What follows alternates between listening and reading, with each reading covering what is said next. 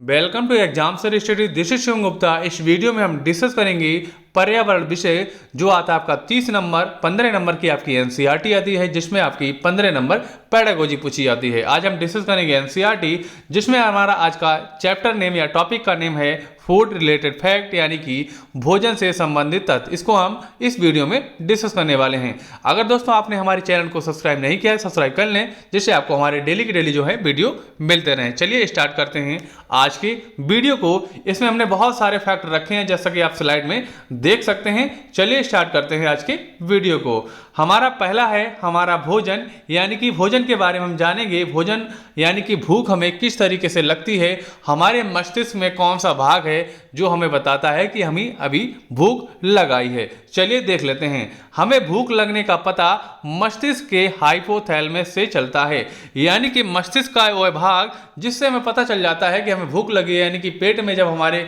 बोलते हैं कि चूहे कूदने लगे हैं या हमें भूख लगाई, एक तरीके से हल्का सा दर्द होने लगता है। वो कैसे होता है? एक पार्ट है हाइपोथैलेमस, जो हमारे दिमाग के मध्य में होता है, यानी कि हमारे मस्तिष्क में होता है, जिसका नाम क्या है? हाइपोथैलेमस द्वारा हमें पता चलता है कि हमें भूख लगाई है। चलते हैं नेक्स्ट पर। नेक्स्ट हमारा है कि पकाने के तरीके, यानी कि भोजन के जो पकाने के तरीके कौन से हैं? भून कर और उबाल कर, तल कर और सेक कर, इस तरीके से क्या है भोजन को पका सकते हैं। जैसा कि देख सकते हैं भून कर, है ना। और दूसरी स्लाइड में अगर देखेंगे, दूसरे फोटो में, तो इस तरीके से उबाल कर दिखाया गया है, तल कर दिखाया गया है। इस तरीके से भोजन के बारे में दिखाया गया है, यानी कि भोजन को हम भून कर के अलावा उबाल कर, तल कर और सेक कर क्या है पका सकते हैं। अगर हम बात करेंगे मछलियों के बारे में कि मछली कहां पर किस तरीके से पकाई जाती है, तो नेक्स्ट आप पॉइंट में देखेंगे कि गोवा तथा कश्मीर में मछली को सरसों के तेल में तथा नारियल के तेल में तला जाता है। वही इंग्लिश में देखेंगे तो fish is the fried in mustard and coconut oil in Goa and Kashmir. अगर इसके हम सही आंसर की बात करें तो गोवा में जो मछली है ना, नारियल के तेल में तली जाती है, और कश्मीर में क्या है? सरसों के तेल में तली जाती है, जो कि आप इंग्लिश में सही तरीके से देख सकते हैं। यानी कि गोवा में मछली जो है किससे, यानी कि नारियल के तेल में तली जाती है, और कश्मीर में सरसों के तेल में। क्वेश्चन आ जाता है, इसको आप याद रखिएगा। सही इसका आंसर ये है कि गोवा में क्या है? नारियल के तेल में, और आपका कश्मीर में सरसों के तेल में। इसमें देखेंगे तो सही तरीके से स्लाइड में सही नहीं लिखा है, हम आपको बता दे रहे हैं। यानी गोवा में क्या है? सरसों के तेल में, गोवा में नारियल के तेल में, और आपका कश्मीर में सरसों के तेल में जो है मछली फ्राई की जाती है। यहाँ पर आप देख सकते हैं। चलेंगे नेक्स्ट पर। नेक्स्ट हम जानेंगे मिड डे मील के बारे में। जो देखा होगा कि प्राइमरी में जो खाना की व्यवस्था चल रही है, कब से चल रही है, इसके बारे में हम जानेंगे। यानी कि मिड डे मील कब से स्टार्ट हुआ? 28 नवंबर 2001 को उच्चतम न्यायालय ने कक्षा 1 से 8 तक के बच्चों को मध्याह्न भोजन का अधिकार दिया कि उन्हें पका गर्म खाना मिलना चाहिए। यानी कि सुप्रीम कोर्ट ने साफ साफ बोल दिया है कि जो बच्चे हैं सभी को, उनको दोपहर में क्या है पका भोजन दिया जाना चाहिए। इससे पहले क्या पैकेट में कच्चा खाना आता था, यानी कि पका खाना नहीं दिया जाता था। उसके बाद सुप्रीम कोर्ट ने जो आदेश दिया, जिससे सभी बच्चों को क्या है स्कूलों में खाना उपलब्ध होने लगा। इससे पहले ये व्यवस्था जो है प्राइमरी लेवल पर थी, बाद में ये क्या है जूनियर लेवल पर कर दी गई सुप्रीम कोर्ट के आदेश के बाद, है ना। ये क्वेश्चन जो है आपका आ जाता है कि मिड डे मील जो सुप्रीम कोर्ट द्वारा आदेश दिया गया था 1 से 8 तक, यानी कि प्राइमरी या जूनियर के लिए, तो कब दिया गया था? 28 नवंबर 2001 को। और पूछा जाए, ये भी क्वेश्चन आ जा सकता है कि किसके द्वारा मिड डे मील का आदेश दिया गया, तो आपको ऑप्शन बहुत सारे मिल जाएंगे, गवर्नमेंट द्वारा, सुप्रीम कोर्ट द्वारा, या बहुत सारे ऑप्शन मिल जाएंगे, तो आपको आंसर हो जाएगा सुप्रीम कोर्ट। चलेंगे दोस्तों नेक्स्ट पर। नेक्स्ट हम जानेंगे जीभ के बारे में। जीभ हमारी कैसी होती है, उसके कौन कौन से भाग होते हैं, और स्वाद को हम किस तरीके से समझ सकते हैं। अगर हम जीभ की बात करेंगे दोस्तों, तो जीभ की क्या है? जीभ पर 4 तरह की क्या है 9000 स्वाद की ग्रंथियां होती हैं। किस तरह की? 4 तरह की जो हैं। आप देखेंगे आपकी जीभ में डॉट डॉट डॉट होते हैं, बहुत सारे डॉट होते हैं। वो क्या है? आपकी स्वाद ग्रंथियां होती हैं, जिनकी संख्या लगभग 9000 से 10000 के बीच में होती है। एक जो अनुमान है सीधा जो है उसकी 9000 समथिंग उसकी डॉट की जो है आपकी संख्या होती है, जो आपकी स्वाद ग्रंथियां होती हैं। आप जीभ में देख सकते हैं। जीभ के किस हिस्से में स्वाद का ज्यादा पता चलता है? इसका आंसर क्या है? अगले हिस्से में। सबसे ज्यादा जो स्वाद होता है आपकी, मतलब जीभ जो सबसे ज्यादा सेंसिटिव होती है वो आगे की होती है। स्वाद जो है सबसे ज्यादा क्या आगे की जीभ में पता चलता है, तो राइट आंसर हो जाएगा आगे की जीभ में। चलेंगे दोस्तों आगे देख लेते हैं। अब हम बात करने वाले हैं जीभ के बारे में कि कौन से भाग से कौन सा स्वाद जो है हमें प्राप्त होता है। जीभ के बारे में अगर हम बात करते हैं, जो मीठा है यानी कि मीठा जो स्वाद है, अगर आप कोई मिठाई चीनी कुछ भी मीठा खा रहे हैं तो आपको कहाँ से पता चलता है, तो जीभ का जो आगे वाला ये वाला हिस्सा होता है, इससे हमें पता चलता है किसका, स्वीट यानी कि मिठाई का, मीठी चीज का स्वाद का जो है पता चलता है। अब हम बात करते हैं नमकीन के बारे में। जो आपका ये वाला भाग है ना, ये वाला भाग है, ये वाला भाग, ये किनारे वाला ये वाला भाग है ना, इससे क्या है बीच में दिया है यानी कि इस तरीके का बीच वाला, इधर से बीच वाला जो भाग है इससे पता चलता है नमकीन स्वाद यानी कि साल्टी का जो है आपको पता चलता है इस भाग में। अब इससे पीछे वाले भाग में जाएंगे यानी कि यहां पर जाएंगे तो यहां पर हमें क्या पता चलता है, इसमें पता चलता है खट्टे स्वाद का, यानी कि बगल में की बात की जाए यानी कि नमकीन के बगल में अगर पीछे जाएंगे तो यहाँ पर पता चलता है हमें खट्टे स्वाद का पता चलता है। अगर हम बात करेंगे कड़वे स्वाद का, अगर देखा होगा अगर कड़वी चीज़ आप खा लेते हैं तो आपको अंदर साइड कड़वा लगता है, तो कड़वे स्वाद का पता सबसे पीछे भाग पे पता चलता है। तो कड़वे भाग की अगर बात करते हैं सबसे पिछले भाग में यानी कि केंद्र मान सकते हैं, क्योंकि जीभ बहुत बड़ी होती है अंदर और होती है, इस तरीके से कड़वे को इसको हम केंद्र भी मान सकते हैं। अगर जीभ के बाहरी भाग से अगर बात करेंगे तो पिछला भाग इसमें हो जाता है। जैसा कि आप देख सकते हैं मीठे की बात करते हैं तो यहां से प्राप्त होता है, साल्टी यानी कि नमकीन यहां से प्राप्त होता है। पिछले भाग से हमें यानी कि सावर यानी खट्टे का पता चलता है और पिछले भाग से हमें कड़वे भाग के प्राप्त चलता है, पता चलता है। इसको आप याद रखिएगा, क्वेश्चन आपका सीटेट में पूछा जा सकता है। चलेंगे नेक्स्ट पर। नेक्स्ट हम बात करने वाले हैं मानव दांत के बारे में। दांत की अगर बात करते हैं, जैसे कि आप छोटे होते हैं तो आपके दूध के दांत होते हैं, बड़े होते ही वो दांत गिर जाते हैं जो आपके बाद में स्थायी दांत निकल आते हैं, यानी कि बाद वाले अगर दांत आपके गिर गए तो दोबारा नहीं निकलते हैं। तो हम मानव दांत की अगर बात करते हैं, ये क्या है, दो प्रकार के होते हैं दांत। पहले होते हैं आपके दूध के दांत, दूसरे बाद में होते हैं स्थायी दांत यानी कि परमानेंट, जो एक बार उखड़ गए तो दोबारा नहीं निकलते हैं। तो हमारे बाद वाले होते हैं परमानेंट और पहले होते हैं दूध के दांत, है ना। दूध के दांतों की संख्या की बात करते हैं तो कितने होते हैं, 20। अगर दूध के दांत की बात करें होते हैं 20। जो स्थायी दांत बाद में निकलते हैं जिसको हम बोलते हैं 32, जैसे कि एक भाषा में लोग 32 भी बोलते हैं एक तरीके से, क्योंकि वो क्या है 32 दांत होते हैं, है ना। चलते हैं नेक्स्ट पर। नेक्स्ट की अगर हम बात करेंगे, नेक्स्ट की अगर बात करें, दांत एनेमल मानव शरीर का कठोरतम भाग है जो कैल्शियम फास्फेट का बना होता है। किसका बात करते हैं, दांत का जो इनेमल होता है ना, वो क्या है सबसे मजबूत भाग होता है। जो दांत का सबसे मजबूत भाग क्या होता है, इनेमल होती है। और इनेमल कहाँ पर होती है, इनेमल वाला भाग ये होता है ना, ये भाग होता है जो कि क्या है कैल्शियम फास्फेट का बना होता है। क्यों, क्योंकि भैया कैल्शियम फास्फेट का जो है सबसे एक मजबूत चीज़ है जिससे क्या इनेमल सबसे मजबूत माना जाता है। बात करते हैं मानव में दांत के जो है कितने प्रकार होते हैं, तो दांत के जो प्रकार होते हैं 4 प्रकार के होते हैं। तो बात कर लेते हैं कौन कौन से 4 प्रकार के होते हैं। पहला होता है इंसीजर की बात करते हैं। इंसीजर कौन सा होता है, अगर हम बात करेंगे सामने के 4 दांत और नीचे के 4 दो दांत होते हैं, ये आपके इंसीजर होते हैं।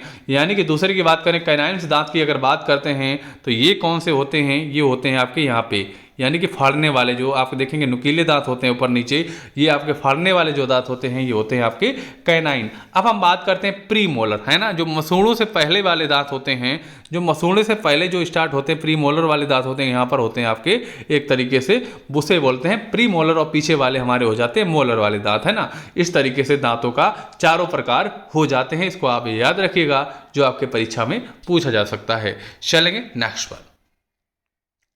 अब हम बात करने वाले हैं इसके दांतों के और कुछ बारे में कि खाना कैसे पचता है, क्या उसका पचने का तरीका क्या है। चबाकर खाने से लार से क्या है टाइलिन निकलकर स्टार्च को माल्टोज शुगर में बदल देता है, जिससे भोजन क्या है मीठा लगने लगता है। यानी कि अगर बात करते हैं भोजन की पचने की जो क्रिया है मुंह से ही स्टार्ट हो जाती है, क्योंकि बहुत सारे जो हैं स्टार्च या टाइलिन वगैरह जो हैं जो उसके पचाने में सहायक होते हैं, धीरे धीरे पेट तक जाते हैं, जो क्या है हमारे मुख से ही शुरू हो जाते हैं, लार से ही स्टार्ट हो जाते हैं। यानी खाने के लार से टाइलिन निकलकर स्टार्च को माल्टोज शुगर में बदल देता है, जिससे क्या है हमको भोजन क्या है मीठा लगने लगता है। कि माल्टोज जो क्या है शुगर में बदल देगा तो क्या है भोजन है मीठा लगने लगता है ना। तो ये इसकी प्रक्रिया होती है, धीरे धीरे भोजन क्या है पेट में जाता है और पचकर बाहर हो जाता है। चलेंगे नेक्स्ट पर। अब हम बात करने वाले हैं कहानी खिड़की वाले पेट की, है ना। ये आपका कक्षा 5 की जो ईवीएस की बुक है उसमें ये कहानी आपकी दी है, कौन सी कहानी, खिड़की वाले पेट की। चलिए इसके बारे में जान लेते हैं। राजेश जो है उत्साही द्वारा, है ना, राजेश उत्साही द्वारा लिखित कविता से लेकर बनाई गई है। ये कविता अगस्त 1985 की चकमक पत्रिका में दी गई थी, है ना। मार्टी नामक सैनिक के पेट में गोली लगने से छेद होने पर डॉक्टर बोमेंट के पास ले जाया गया, है ना। मार्टी नामक एक सैनिक था, उसको डॉक्टर बोमेंट के पास ले जाया गया। क्या उसकी गोली लगने से क्या है, उसके पेट में क्या है, छेद हो जाता है ना। गोली लगने से छेद होने पर डॉक्टर मोमेंट पर ले गया तो उसके छेद हो जाता है। उसका इलाज जो है डॉक्टर करते हैं। जब उसका इलाज करते हैं तो 1 साल बाद, कुछ महीनों बाद या उसको देखते हैं तो क्या कर देखते हैं कि उसका पेट का घाव भर जाने के बाद भी उसकी पेट में एक छोटा सा छिद्र क्या है, रह जाता है। तो छोटा सा छिद्र रह जाता है तो डॉक्टर क्या करता है, उसकी पेट को 7 साल तक प्रयोग करता है और देखता है कि भोजन किस तरीके से पचता है, क्या क्या खाने से कब पचता, कितना टाइम लगता है, क्या नहीं खाने से कितना टाइम लगता है। फिर एक क्या करता है, वो प्रयोग करता है, ये देखता है कि अगर वही हार्मोन या वही अगर हम एसिड की बात करेंगे, वही एसिड अगर हम गिलास में डालें, एक तरीके से पाचक रस जो होते हैं वही हम गिलास में डालें, वही पेट में देखते हैं किसमें कितना ज़्यादा समय लगता है। जब वो क्या करता है, कच्चा दूध उस सैनिक को पिलाता है ना, तो क्या होता है कि 2 घंटे 15 मिनट में पच जाता है और वही दूध वो गिलास में डालता है। जो पाचक रस उसके पेट में बनता है वही पाचक रस वो गिलास में डाल देता है। देखता है कि जो पचने की जो क्रिया है पेट में ज़्यादा तेज होती है, गिलास में पचने में ज़्यादा समय लग रहा था। क्यों? क्योंकि जो हमारा पेट है एक गति करता रहता है, हिलता उलटा रहता है, जिससे क्या है, रस अच्छी तरीके से मिलता है और पचन क्रिया जो है तेजी से होती है। उसी प्रकार वो देखता है कि उबला दूध जो है वो जब पिलाया जाता है, कच्चे दूध पहले पिलाया गया था, फिर उबला दूध को ठंडा करके हल्का गुनगुना करके पिलाता है तो क्या है, 2 घंटे पच जाता है। और गिलास की बात करते हैं 4 घंटे 15 मिनट लगते हैं। अब बात करने वाले हैं अंडे के बारे में। पूरी तरह जो उबला अंडा था ना, वो क्या है, 3 घंटे 30 मिनट में पचता है उसके पेट में। लेकिन गिलास की बात करते हैं, इसमें बहुत ज़्यादा समय लगता है, यानी कि 8 घंटे लग जाते हैं। कम उबला अंडे की बात करते हैं 3 घंटे लगते हैं, लेकिन गिलास की बात करते हैं तो 6 घंटे 30 मिनट में गिलास में क्या है, अंडा पच जाता है, यानी कि उसका पाचक रस उसमें डाला गया था। कच्चा अंडा फेंटा हुआ जो था 2 घंटे में पेट में पचा, उसका 4 घंटे 15 मिनट गिलास में पचने में लग गए। कच्चा अंडा, फिर बात करते हैं कच्चे अंडे के बारे में, जो 1 घंटे 30 मिनट में पचा था उसके पेट में और 4 घंटे में गिलास में पच गया था। ये उसने उसके पेट में 7 सालों तक प्रयोग किया था, क्योंकि उसके पेट में क्या छिद्र था, वो छिद्र बना रहा था, जिससे वो बहुत सारी चीज़ें उसी में परीक्षण कर रहा था। कौन था, इसका नाम क्या था? इसके नाम की अगर बात करते हैं, डॉक्टर बोमेंट इसका जो है नाम था। क्वेश्चन ये आपका पूछा जा सकता है, याद रखिएगा। चलेंगे दोस्तों नेक्स्ट पर। नेक्स्ट हम बात करने वाले हैं घरेलू उपाय के बारे में कि किस तरीके से हम क्या कर सकते हैं। दूध की अगर बात करते हैं, दूध को क्या है, सुरक्षित रखने के लिए क्या करते हैं, उबालते हैं, है ना। कच्चे दूध को लाते हैं, उसको हम उबालते हैं। पके हुए चावल का हम क्या करते हैं, तो पके हुए चावल को एक कटोरे में डालकर पानी के बर्तन में रख देते हैं। उसी प्रकार हम धनिया को ज़्यादा समय तक रखने के लिए क्या करते हैं, गीले कपड़े में लपेट कर रख देते हैं। किसको? धनिया को गीले कपड़े में लपेट कर रख देते हैं। अगर हम प्याज लहसुन की बात करते हैं तो खुले में रखते हैं, जिससे नमी से बचाया जा सके। अगर प्याज और लहसुन में नमी आ जाती है तो आप देख सकते हैं कि वो जल्द से जल्द क्या है, सड़ जाता है। तो नमी से बचाने के लिए खुले में रख देते हैं प्याज लहसुन को। ये सभी चीज़ों के तरीके हो गए। चलते हैं दोस्तों नेक्स्ट पर। नेक्स्ट हम बात करने वाले हैं घरेलू उपाय, यानी कि नमक, अचार को व चीनी, आम, पापड़ को सुरक्षित करने हेतु प्रयोग किया जाता है। आपने देखा होगा घरों में अचार बनाने के बाद, सुखाने से पहले या सुखाने के बाद नमक भी लपेट दिया जाता है, जिससे क्या है, उसको बहुत दिन सुरक्षित रखा जा सकता है। ये हमारा घरेलू उपाय हो गया। चलते हैं दोस्तों नेक्स्ट पर। नेक्स्ट हम बात करने वाले हैं किस पौधे का कौन सा भाग खाया जाता है। क्वेश्चन काफ़ी बार पूछा जाता रहा है, तो बात करते हैं पत्ती किस पौधे की खाते हैं। चाहे हम अरबी की बात करें, जिससे कोई घुइयां भी बोलता है, तो अरबी के क्या पत्ते भी खाए जाते हैं, है ना। उसकी एक तरीके से अरबी को भी खाते हैं। और धनिया की भी क्या पत्ती खाई जाती हैं। धनिया की हम उसके जो बीज होता है उसका भी प्रयोग करते हैं। धनिया की पत्ती भी खाई जाती है। पत्ता गोभी की पत्ती खाई जाती है। पालक की पत्ती खाई जाती है। और कड़ी पत्ता की क्या है, पत्तियों का प्रयोग किया जाता है। इनका सबका प्रयोग हम क्या है, सब्जियों वगैरह में सभी जगह करते हैं। तो किसकी पत्तियों का, इन सब चीज़ों की पत्तियों का प्रयोग करते हैं। अब हम बात करने वाले हैं किस चीज़ का फूल के प्रयोग करते हैं। तो सहजन के फूल का प्रयोग किया जाता है। केले के प्रयोग की क्या है, सब्जी बनाई जाती है। कचनार के फूल की भी क्या है, सब्जियां जो है बनाई जाती हैं।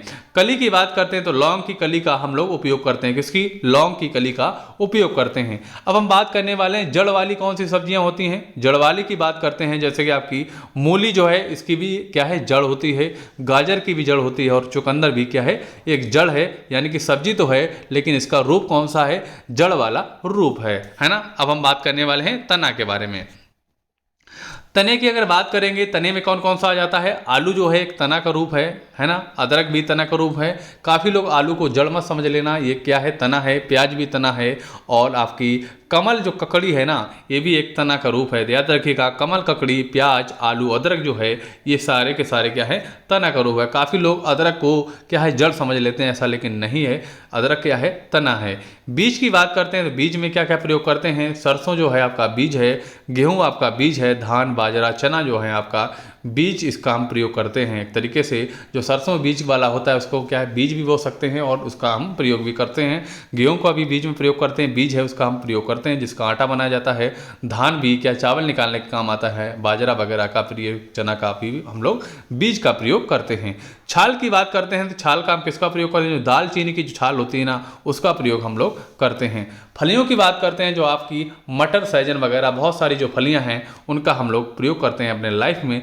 दोस्तों आपको अगर हमारा वीडियो पसंद आया तो वीडियो को अवश्य लाइक करें, ज़्यादा से ज़्यादा शेयर करें। अगर आप हमारे टेलीग्राम चैनल से नहीं जुड़े, जुड़ जाइए, जिससे आपको हमारे वीडियो की डेली की जो PDF है फ्री में आपको मिलती रहेगी। उसके अलावा बहुत सारी जानकारियाँ जो आपको हमारे टेलीग्राम पर मिलती रहती हैं। अगर दोस्तों आपको हमारा वीडियो अच्छा लगा तो वीडियो को अवश्य लाइक करें, ज़्यादा से ज़्यादा शेयर करें। अब आपको मिलेंगे अपने अगले वीडियो के साथ, तब तक के लिए जय हिंद, वंदे मातरम साथियों।